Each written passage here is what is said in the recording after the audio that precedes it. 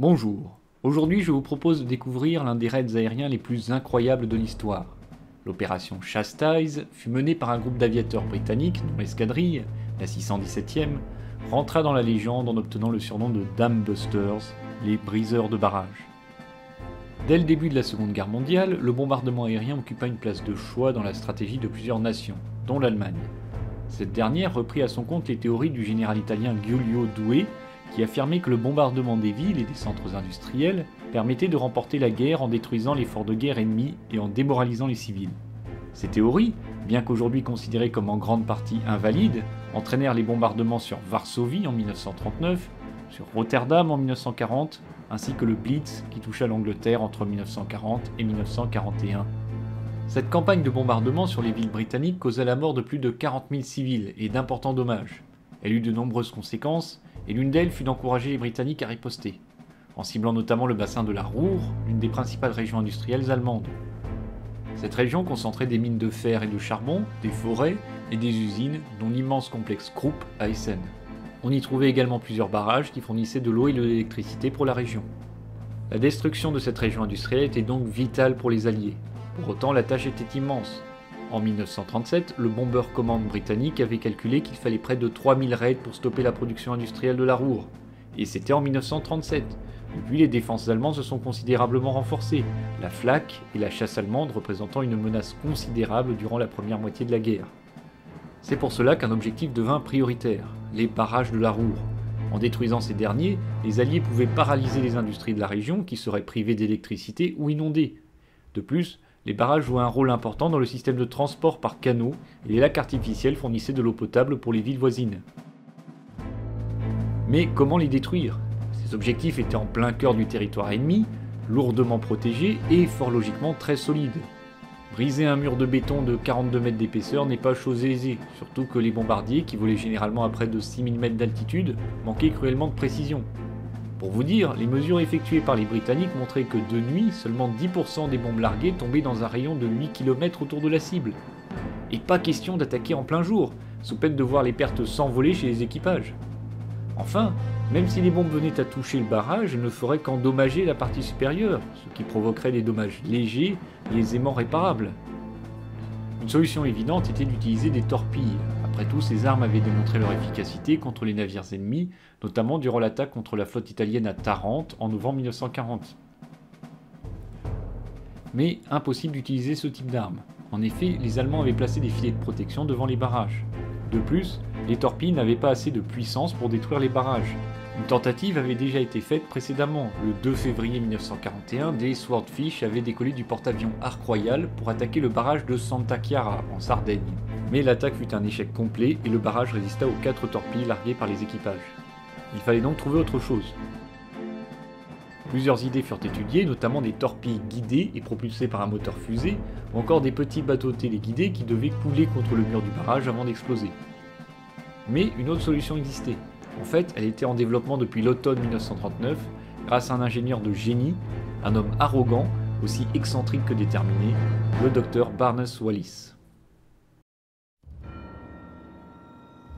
Wallis était un ingénieur qui travaillait chez Vickers Armstrong. Il s'était distingué en créant la structure géodésique, utilisée par des dirigeables, mais aussi par des bombardiers comme les Vickers Wesley et Vickers Wellington, ce qui les rendait très robustes. Wallis considérait que la stratégie britannique, de larguer de grandes quantités de bombes de 500 et de 1000 livres sur des cibles, était inefficace, et qu'il fallait plutôt utiliser une seule bombe, mais très puissante. Il envisageait une bombe de 10 tonnes, capable de s'enfoncer à une vitesse supersonique dans la terre, à proximité du barrage, avant d'exploser, l'onde de choc provoquée devant détruire la structure. Cette Earthquake bombe, littéralement une bombe séisme, nécessitait un bombardier particulier, pouvant larguer sa charge à près de 12 km d'altitude. Wallis commença alors à travailler sur un bombardier à 6 moteurs, le Vickers Victory. Mais la solution de Wallis, outre le fait qu'elle nécessitait de construire un immense bombardier pour ce type de mission, demandait un bombardement d'une grande précision. Or, on l'a vu, ce n'était pas du tout possible à l'époque. La Royal Air Force refusa donc le projet et aucun prototype ne fut construit. En revanche, sa bombe de 10 tonnes fut construite dans une version plus petite et devient la Tall Boy qui fut utilisée notamment sur la coupole d'Elfo dans le nord de la France et contre le cuirassé Tirpitz en Norvège. Une version de 10 tonnes, plus conforme à ce que voulait Wallis, devint la Grande Slam et fut utilisée notamment contre les bases de sous-marins en Allemagne. Nullement découragé par le refus des autorités, Wallis retourna à sa table à dessin. Il bénéficiait cette fois de plusieurs modèles réduits de la cible à détruire, en l'occurrence le barrage de Meune, afin d'évaluer où placer la bombe. Au début de l'année 1942, Wallis eut une révélation.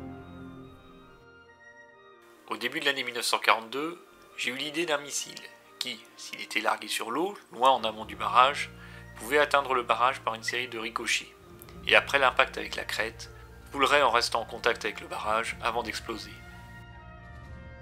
Plusieurs hypothèses circulent sur ce qui a pu inspirer Wallis. Certains évoquent des boulets de canon qui pouvaient, en ricochant sur les flots, atteindre les navires ennemis. D'autres évoquent les attaques menées par des aviateurs américains et un bombardier du Coastal Command, dont les bombes, rebondissant par-dessus les vagues, pouvaient atteindre leur cible.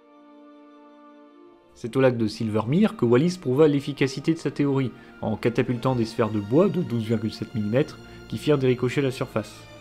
Il ne lui restait plus qu'à réaliser des bombes sphériques, ou des torpilles de surface comme il les appelait. Le 4 décembre 1942, un Vickers-Wellington décolla avec Wallis à son bord, ainsi que deux sphères d'acier de 137 cm de diamètre. Ces dernières furent larguées au lagon de Cecil Beach, au sud de l'Angleterre, mais ce fut un échec, puisque les deux sphères se disloquèrent au contact de l'eau. Deux autres tests eurent le même résultat, mais le 23 janvier 1943, une sphère en bois, cette fois-ci, réussit à rebondir 13 fois après avoir été larguée à 13 mètres d'altitude à 455 km/h. Les deux derniers tests furent aussi des succès, une des fausses bombes parcourant même près de 1200 mètres en rebondissant sur l'eau. Wallis obtint ainsi le soutien des représentants du ministère de l'Air ainsi que du Bomber Command, et son projet de bombe, baptisé Upkeep, pouvait se poursuivre. Néanmoins, un homme était plus que réticent, et ce n'était pas n'importe qui. C'était Arthur Harris, le chef du Bomber Command, qui gardait jalousement ses quadrimoteurs pour attaquer l'Allemagne, et qui ne voulait pas voir un squadron entier utilisé pour un projet qui, selon ses termes, n'avait aucune chance de fonctionner avant la fin de la guerre, voire ne fonctionnerait jamais. Néanmoins, le comité passa outre les objections de Harris et décida de produire une version grandeur nature de la bombe rebondissante de Wallis. 3 bombardiers Avro Lancaster furent spécialement modifiés pour tester la bombe, tandis que 20 autres devaient équiper un squadron entier. Enfin, 150 bombes Upkeep devaient être produites. Il ne fallait pas perdre de temps, car l'attaque devait avoir lieu pour le mois de mai, au moment où les lacs artificiels étaient complètement remplis. On était alors en février, il restait moins de 3 mois pour modifier les bombardiers, fabriquer et tester les bombes, et surtout former les équipages à cette mission qui sortait totalement de leur tâche habituelle. En une semaine, Wallis termina les plans de la bombe et les envoya à l'usine Vickers de Barrow. La bombe Upkeep était un cylindre d'acier de 1,50 m de long et de 1,30 m de circonférence, afin de pouvoir se loger dans la soute d'un Lancaster. Le poids total était de 4 tonnes 2, dont 2 tonnes 7 d'explosifs. La bombe devait tourner à 500 tours à la minute avant d'être larguée afin de pouvoir ricocher sur l'eau. 3 systèmes de mise à feu hydrostatiques étaient installés pour déclencher l'explosion à 10 mètres de profondeur en mesurant la pression de l'eau. Si ce système échouait, la mise à feu se déclenchait automatiquement 90 secondes après le lancement. Dans le même temps, l'entreprise Avro termina les plans des Lancaster modifiés. Les portes de la soute à bombe devaient être retirées car il fallait y loger la bombe et le mécanisme qui devait la faire tourner sur elle-même. Du coup, l'engin était à l'air libre et le bombardier était plus lourd d'une demi-tonne. Pour compenser le poids et la traînée supplémentaire, une des tourelles supérieures de l'avion avait été retirée. Comme les bombardiers devaient voler à basse altitude, sous la zone de détection des radars, ils devaient, en théorie, éviter d'attirer l'attention de la chasse de nuit. Enfin, la principale modification fut l'installation d'un système de radiotéléphone qui permettait au chef d'escadrille de diriger les autres avions depuis le sien. Ainsi, les attaques sur les barrages pouvaient être coordonnées en même temps. Le premier Lancaster arriva le 8 avril 1943, et le 20 avril, les 3 avions de test et leurs bombes étaient prêts. Bien sûr, il fallait tester cela à l'abri des regards indiscrets. L'arme fut présentée comme une mine destinée à cibler les sous-marins, tandis que les premiers tests eurent lieu dans le lagon de la plage de Reculver, dans le nord du Kent. Le 13 avril, les premiers essais commencèrent avec des bombardiers Wellington et un Lancaster. Et parmi les observateurs présents sur la plage se trouvait un homme qui allait jouer un rôle déterminant dans la suite des opérations, le Wing Commander Guy Gibson. Gibson était un officier décoré et très expérimenté. Il était alors membre du 106e Squadron, équipé de Lancaster.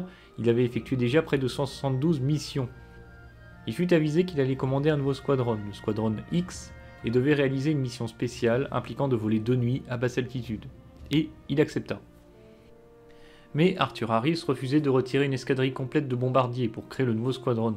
En effet, il avait lancé une importante campagne de bombardement sur l'Allemagne, la bataille de la Ruhr, qui commença dans la nuit du 5 au 6 mars 1943, avec un raid de 380 bombardiers sur Essen et le complexe industriel Krupp. Du coup, on décida de prendre des équipages expérimentés venant de différentes escadrilles, afin de former le Squadron X, rebaptisé ensuite 617e Squadron, et établi à Scranton dans le Lincolnshire. L'entraînement incluait le vol en rasmote de nuit, la navigation et le largage de bombes au-dessus de l'eau. Gibson commença à entraîner ses troupes le 31 mars. Les équipages effectuèrent une série de vols d'entraînement au-dessus du lac artificiel de Derwent, dans le Derbyshire, en y ciblant le barrage, ce qui, au vu du relief, n'était pas chose aisée du tout. Gibson et plusieurs pilotes manquant de se cracher en effectuant les manœuvres. Faut dire que le Lancaster était plutôt prévu pour voler à 6 km au-dessus du plancher des vaches, au lieu de faire du rasmote à 350 km/h entre les collines. De plus, les équipages durent faire face à de nombreuses difficultés qu'il fallait toutes surmonter afin de réussir la mission. L'une d'elles, l'une des plus importantes, était la précision. En effet, d'après les calculs de Wallis, il fallait larguer la bombe à une distance comprise entre 388 mètres et 434 mètres de la cible. C'était très précis car la bombe devait rebondir 3 fois sur l'eau afin de ralentir. Si l'équipage larguait sa bombe trop tôt, la bombe déviait vers la gauche et pouvait manquer le centre du barrage. Lâchée trop tard, elle pouvait percuter violemment le barrage et être détruite, ou bien rebondir contre la paroi. En revanche, si la bombe était larguée à la bonne distance, elle allait alors couler le long du barrage avant d'exploser. Une solution fut trouvée, et comme souvent ce sont les plus simples qui fonctionnent le mieux. Un officier, le Wing Commander Charles Dan, proposa un simple viseur en forme de Y, utilisant la distance entre les deux tours du barrage de Meun comme repère. Dès que les deux tours apparaissaient sur les repères, il fallait larguer la bombe. Autre difficulté, l'altitude. En effet, il fallait larguer la bombe à une altitude précise, en l'occurrence 18 mètres au-dessus du lac. Or, les altimètres classiques n'étaient pas assez précis. Larguer la bombe trop haut et elle ne suivra pas la trajectoire prévue, larguez-la trop bas et elle percutera le bombardier après avoir rebondi sur l'eau. C'est Ben Lockspizer, un des scientifiques qui assistait Wallis, qui proposa la solution. Il se souvenait que des pilotes de Lockheed Hudson, du Coastal Command, avaient testé un système de 3 spots lumineux montés en triangle afin de bombarder efficacement les sous-marins allemands en plongée. L'expérimentation a été un échec en raison de la houle trop importante, mais ce problème n'existait pas à la surface des lacs. Après quelques tests, Lockspizer proposa un système d'altimètre lumineux. 2 projecteurs étaient installés sur le bombardier, un à l'avant et l'autre dans la tourelle du mitrailleur située sur le ventre, qui du coup ne pouvait plus être utilisé. Chaque spot éclairait à un angle différent et lorsque les 2 lumières se croisaient en formant un 8 à la surface, on était à la bonne altitude pour larguer la bombe. Les problèmes furent réglés et le 14 mai, un dernier test fut effectué durant 4 heures avec près de 9 appareils. À ce moment-là, Gibson avait affecté les équipages aux différentes cibles. Les cibles, justement. Le premier groupe de 9 avions avait pour cible principale le barrage sur la Meun, et pour cible secondaire le barrage sur l'Eder, pour les avions ayant encore une bombe disponible. Gibson était à la tête de ce groupe. Le deuxième groupe de 5 appareils devait servir de diversion, pour permettre au premier groupe de passer sans encombre, puis attaquer le barrage sur la Sorpe. Le troisième groupe était un groupe de 6 avions qui étaient placés en réserve.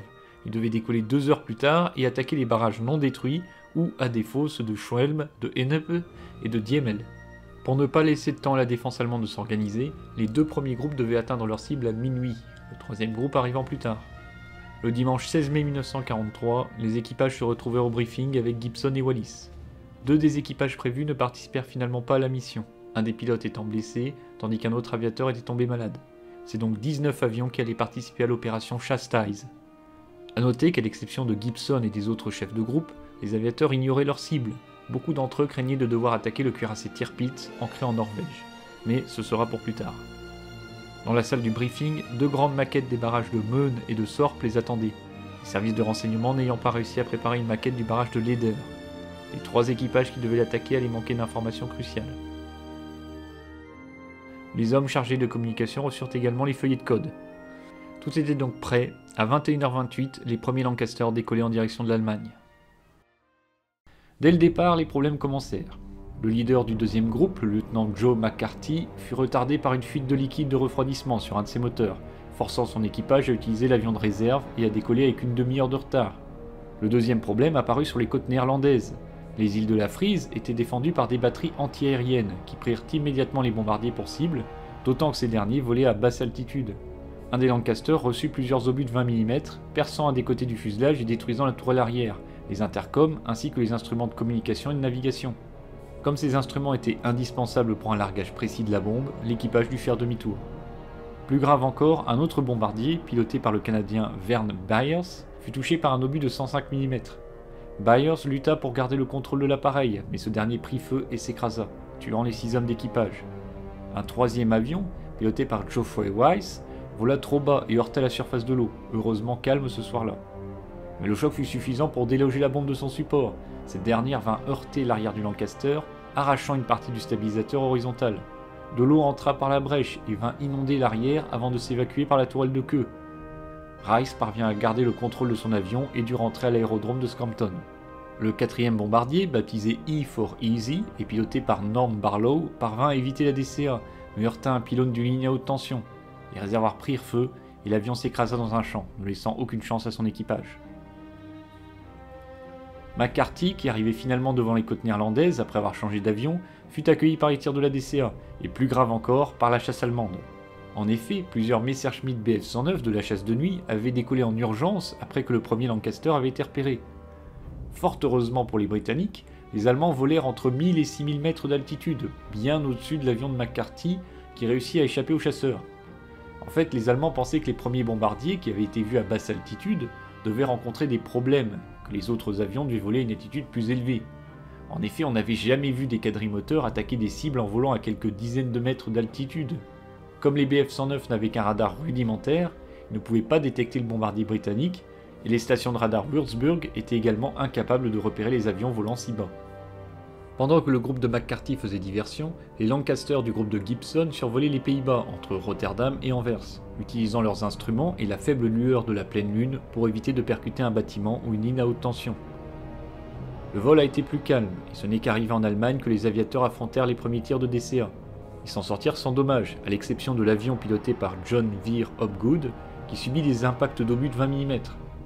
2 des membres d'équipage furent blessés et un des moteurs fut touché et dut être arrêté, forçant l'avion à continuer sa mission sur 3 moteurs. En revanche, plusieurs avions se perdirent de vue, ce qui causa un drame. Le Lancaster B for Baker, piloté par Bill Astle, heurta des lignes à haute tension et s'écrasa, tuant tous ses occupants. Il est alors minuit et demi quand les bombardiers arrivent sur le barrage de Meun, leur première cible. 4 bombardiers avaient déjà été perdus et 2 autres avaient dû rebrousser chemin. C'était déjà un tiers de l'effectif, et malheureusement, les pertes n'allaient pas s'arrêter là. Le barrage de Meun était, comme prévu, bien défendu. 6 canons de 20 mm étaient placés à différents emplacements, et avec une cadence de tir de 200 coups la minute, c'était des menaces sérieuses pour les bombardiers. Arrivé devant le barrage, Gibson effectua un premier survol de reconnaissance avant de se positionner pour lancer la première attaque. Gibson arriva sur le barrage à 335 km/h et à 18 mètres d'altitude seulement. Son ingénieur de bord, le sergent John Pulford, avait seulement 11 secondes pour paramétrer le largage de la bombe. Pendant ce temps, la flaque allemande avait été alertée. Un des artilleurs, l'Unteroffizier Karl Schutte, écrivit « Soudainement, nous vîmes un avion projeter 2 puissants faisceaux de lumière sur le lac, tandis qu'ils se précipitaient vers le milieu du barrage. En faisant cela, ils nous donnaient une bonne idée de leur position, et on n'avait plus besoin de viser en direction du bruit ou des ombres. » Et très vite, les obus de 20 mm encadraient le Lancaster, qui ripostait à l'aide des 2 mitrailleuses de la tourelle avant. Gibson largua sa bombe, mais cette dernière parta sur la gauche et fut stoppée par les filets anti-torpilles avant d'exploser, sans endommager le barrage. Même si la colonne d'eau projetée atteignait un groupe d'artilleurs anti-aériens. Après s'être éloigné, Gibson lança le signal au deuxième appareil, celui piloté par Hopgood. « Couleur 2, c'est ton tour d'attaquer, c'est du gâteau. »« Ok, couleur 2, j'attaque. » Hopgood prit la même trajectoire que Gibson et se plaça parfaitement. Mais entre-temps, la DCA avait trouvé les bons réglages et le tir des canons devint plus meurtrier que jamais. Il vint en rugissant vers nous, comme un monstre sous la lumière de la lune, comme s'il voulait nous percuter. Mais on ne pensait pas au danger, on tirait tout ce qu'on avait. Et puis j'ai clairement vu le flot des projectiles percuter l'avion. Quelques instants après, une flamme s'échappa. « Il brûle !» je criai à mes hommes, tandis que l'avion passait au-dessus de nous, traînant une gerbe de flammes. Effectivement, le bombardier d'Hopgood, qui avait déjà été endommagé par la flaque au début du raid, venait d'être mortellement touché. Malgré tout, la bombe fut larguée, mais clairement pas dans de bonnes conditions. Cette dernière passa au-dessus du barrage pour aller pulvériser un bâtiment de la centrale électrique situé en dessous. L'explosion mit également hors service un des canons de DCA. Pendant ce temps, le bombardier M4 Mother, piloté par Hopgood, tenta désespérément de fuir. Mais avec seulement 2 moteurs en état de marche et l'incendie qui gagnait en intensité, c'était mission impossible, et le pilote tenta alors de reprendre de l'altitude pour que l'équipage puisse sauter en parachute. Le mitrailleur arrière, Tony Burcher, quitta sa tourelle. Avant de sauter, il entendit Hopgood à l'intercom. « Si seulement j'avais 300 pieds de plus. Je ne peux pas gagner plus d'altitude. Pour l'amour de Dieu, sortez de là !» Burcher aida l'opérateur radio John Munchin, qui était blessé, à sauter. Mais alors qu'il se tenait dans l'embrasure de la porte de l'avion, un réservoir explosa, arrachant une des ailes et projetant Burcher dans le vide. Le reste de l'équipage fut tué dans l'explosion, à l'exception de Burcher qui, bien que blessé, parvint à ouvrir son parachute, et John Frazier qui parvint lui aussi à sauter. Burcher fut immédiatement capturé par les Allemands, et Frazier réussit à s'enfuir vers la Hollande, mais après 10 jours de marche, il fut lui aussi capturé et envoyé dans un camp de prisonniers, un stalag. Pendant que les deux aviateurs descendaient en parachute, les bombardiers se préparaient à attaquer. Gibson les rejoignit afin de distraire les artilleurs ennemis. Une bombe fut larguée, mais à nouveau elle partit sur la gauche et explosa sans endommager le barrage. C'était un nouvel échec. Un quart d'heure plus tard, un nouveau Lancaster s'approcha. Là aussi, il largua sa bombe. Là aussi, nouvel échec. Néanmoins, à chaque attaque, les bombardiers s'en prenaient au canon de DCA, et peu à peu, ces derniers se taisaient, mis hors de combat. À la fin, les Allemands n'avaient plus que leurs fusils pour se défendre face aux énormes bombardiers. Un autre Lancaster, piloté par Dave Malby, attaqua le barrage. Sa bombe, parfaitement larguée, le frappa, projetant une colonne d'eau en l'air. Mais le barrage semblait encore debout. À bord de l'avion de Malby, c'était la déception. L'opérateur radio envoya le message suivant à sa base, code 78A, ce qui signifiait que la bombe avait explosé sans provoquer de brèche sur la cible. Cela faisait 5 bombes larguées sur le barrage, sans que celui-ci ne cède. Autant dire que l'inquiétude était à son paroxysme. Mais 3 minutes plus tard, un nouveau message parvint à la base, envoyé par Gibson cette fois-ci. L'opérateur radio, Wally Dunn, entendit les premières lettres, N-I-G. Il bondit alors de son siège, en criant « Nigger !» C'était le nom du chien de Gibson, mais aussi le nom de code pour annoncer que le barrage venait de céder, et que les bombardiers se dirigeaient maintenant vers le barrage de Leader. Wallis, qui se tenait la tête entre les mains et doutait de l'efficacité de ses bombes, sauta de joie, avant d'être félicité par Arthur Harris. En effet, les 2 dernières bombes avaient finalement fait céder la structure de béton. Et tandis que les Allemands observaient impuissants l'eau s'engouffrer dans la vallée à travers l'immense brèche, Arthur Harris téléphonait à Winston Churchill, qui se trouvait alors à Washington en compagnie du président Roosevelt, pour lui annoncer la nouvelle. Pendant ce temps, Gibson faisait route vers le barrage de Leader avec ses avions, à l'exception de ceux pilotés par Dave Malby et Aaron Martin qui reprirent la direction de l'Angleterre. Mais tandis que le barrage de Meun cédait sous les bombes britanniques, un autre bombardier lançait son attaque. À minuit 46, le bombardier T for Tommy de Joe McCarthy arrivait sur le barrage de Thorpe. Il était seul puisque ses camarades du groupe de diversion avaient tous été abattus. McCarthy s'approcha en rase-mode de sa cible, l'avion zigzagant entre les collines. Le pilote n'avait que 3 secondes pour stabiliser l'avion tout en gardant la bonne vitesse et la bonne altitude. S'il échouait, il fallait faire demi-tour et tout recommencer. 10 fois il effectua la manœuvre. À la 10e tentative, la bombe fut finalement larguée, cette dernière disparaissant dans les flots. Alors que McCarthy reprenait désespérément de l'altitude, un immense geyser s'éleva au pied du barrage. La bombe avait atteint sa cible, mais ce dernier ne fut pas percé. L'avion fit donc demi-tour, l'opérateur radio oubliant de prévenir la base de l'échec de l'attaque sur le barrage de Thorpe. Pourquoi cet échec ? Tout simplement car une seule bombe ne suffisait pas. On l'a vu, l'attaque sur le barrage de Meun avait nécessité plusieurs impacts avant de faire céder la structure. De plus, le barrage de Thorpe était un barrage en remblai, ce qui le rendait particulièrement solide. À 1h30 du matin, Gibson et son groupe arrivèrent sur le barrage de Leader. Le lac, très long, serpentait autour d'une péninsule couverte de forêts et formant un plateau de 100 mètres d'altitude. Ce relief particulier entravait l'approche et ne permettait que 3 à 4 secondes pour se placer correctement avant de larguer la bombe. Lancaster, piloté par l'Australien Dave Shannon, fut le premier à s'élancer, mais après 3 tentatives, il n'arrivait toujours pas à se placer correctement pour larguer sa bombe. Gibson envoya alors le squadron leader Henry Maudsley, mais ces 2 tentatives n'eurent pas plus de succès. Shannon retenta sa chance, et à la 6e tentative, il parvint à trouver une approche correcte. À 1h39 du matin, il larguait sa bombe. La Upkeep fut lancée trop près du barrage. Elle rebondit 2 fois sur l'eau avant de heurter la structure et d'exploser, causant de faibles dommages. Maudsley fut le suivant, mais sa bombe fut larguée trop tard et heurta le parapet du barrage avant d'exploser. Là encore, les dommages étaient insuffisants. Il ne restait plus qu'une seule bombe, celle montée sur le Lancaster N4 Nuts, piloté par l'Australien Les Knight. Knight réussit à larguer sa bombe au 2e passage. La cible fut atteinte. L'opérateur radio Robert Kilo raconta. Après que la mine ait été larguée, Les cabra brutalement l'avion pour dépasser la colline, et ce faisant, je pouvais voir le barrage. Il est resté intact pendant quelque temps. Puis, comme si un énorme point avait percuté le mur, un immense trou noir, presque circulaire apparut, et l'eau jaillit comme dans un grand tuyau. Tandis que les équipages des Lancaster exprimaient leur joie à la radio, l'eau de Leader s'engouffrait dans la vallée. Le groupe de Gibson pouvait rentrer à la base, sa mission était achevée. Il ne restait plus que les bombardiers du groupe de réserve qui devaient terminer le travail. Les 5 Lancaster du groupe de réserve suivirent le trajet du groupe de Gibson, Mais l'obscurité fit que plusieurs avions se perdirent de vue et se trompèrent de route. Un des Lancaster, piloté par le Canadien Lewis Burpee, était trop au nord et tomba sur un aérodrome de la chasse de nuit.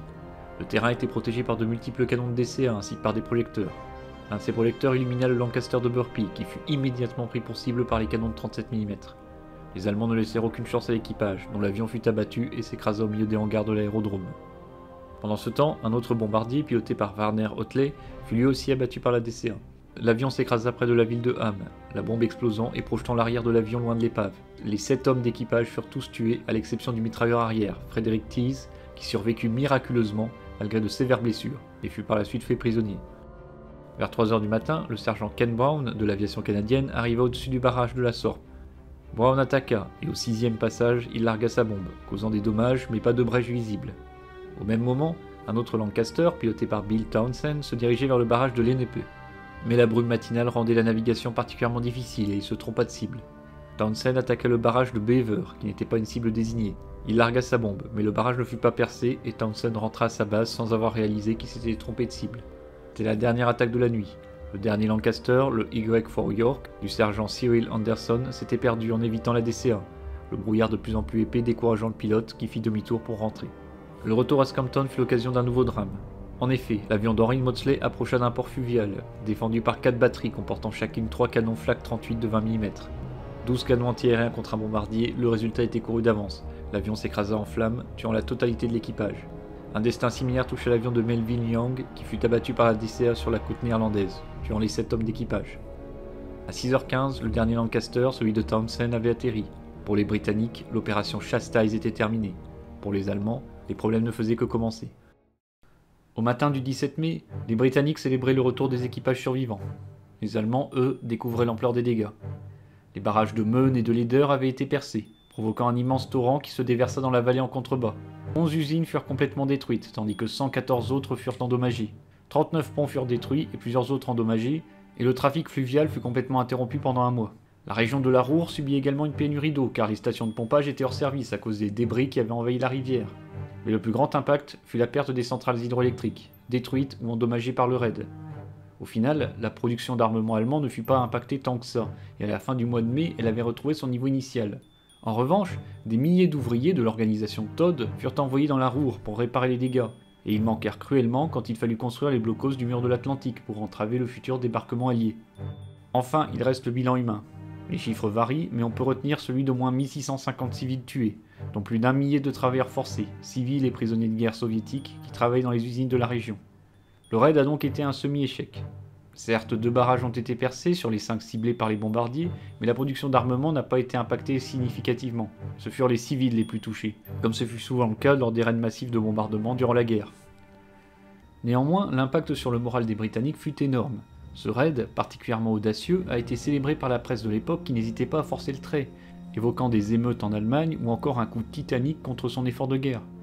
De plus, quelques jours auparavant, les forces de l'Axe avaient quitté la Tunisie. L'Afrique du Nord était maintenant sous le contrôle des Alliés, autant dire que le moral des Anglais était au plus haut. Bref, c'est ainsi que naquit le mythe. Le raid des Dam Busters est entré dans la légende et considéré par les Britanniques comme l'un des plus grands faits d'armes de leur histoire. Ce qui, sans enlever le mérite des pilotes ou de Barnes et Wallis, est un peu exagéré au vu des résultats concrets. Encore aujourd'hui, ce raid occupe une place importante dans l'histoire britannique. Outre les articles dithyrambiques sur l'héroïsme des pilotes, de nombreux livres ont été écrits sur le sujet. En 1955, un film a été réalisé sur ce sujet, vous avez d'ailleurs pu voir quelques extraits durant cette vidéo. Un remake était d'ailleurs prévu, mais le projet, porté par Peter Jackson, est malheureusement tombé à l'eau. Le thème principal du film a été joué durant la cérémonie d'ouverture des Jeux Olympiques de Londres, et est encore régulièrement joué lors des meetings aériens de la Royal Air Force, notamment lorsque les Lancaster du Battle of Britain Memorial Flight sont de sortie. On a même eu un jeu vidéo sur ce raid, ce qui nous montre qu'on a fait de très gros progrès dans le domaine. A noter que la séquence de l'attaque sur le barrage dans le film de 1955 a été une des inspirations pour réaliser une des scènes marquantes du premier volet d'une des plus célèbres sagas cinématographiques, comme vous pouvez le constater ici.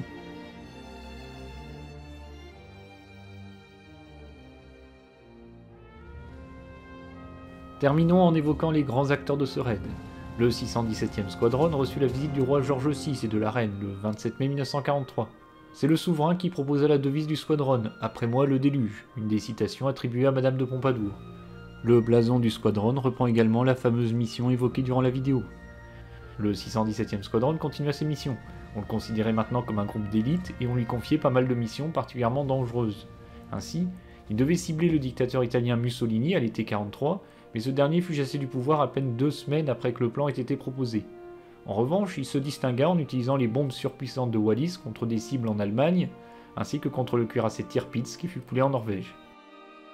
Le squadron existe d'ailleurs toujours, mais ne vole plus sur des bombardiers, utilisant à la place les nouveaux chasseurs furtifs F-35. Barnes-Wallis continue à travailler dans l'aviation, notamment sur les avions pilotés à distance et sur le concept des ailes à géométrie variable.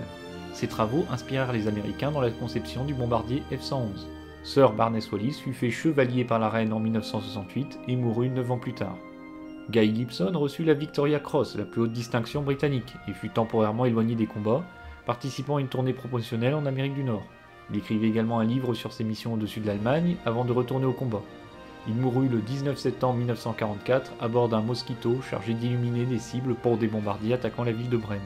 Des 133 aviateurs ayant participé à l'opération Chastise, 53 furent tués, un taux de perte approchant les 40%, ce qui montre bien la dangerosité de cette mission. 34 d'entre eux furent décorés. Une petite anecdote pour terminer cette longue vidéo. Vous vous souvenez de John Frazier? C'est l'un des aviateurs qui prit part au raid sur le barrage de Meune. Vous avez dit qu'il avait été abattu, et qu'après une longue marche vers la Hollande, il a été capturé et envoyé dans un stalag, un camp de prisonniers en Allemagne. C'était le Luft Stalag 3. Et pour certains d'entre vous, ce nom va évoquer quelque chose. Pour les autres, écoutez la musique. Oui, c'est bien ça. Frazier a participé à la fameuse évasion de 76 prisonniers alliés dans la nuit du 24 au 25 mars 1944. 3 réussirent à rejoindre l'Angleterre, mais les autres furent repris et 50 furent exécutés par les nazis. Frazier ne s'est pas évadé, peut-être parce que les Allemands ont découvert le tunnel avant qu'ils ne puissent en profiter, mais il a aidé à sa réalisation en étant l'un des nombreux pingouins chargés de disperser la terre extraite par les prisonniers, le tout au nez à la barbe des Allemands. Et si vous n'avez jamais vu le film qui évoque cet événement, eh bien sautez dessus. C'est donc la fin de cette vidéo, merci à tous de l'avoir suivi jusqu'au bout.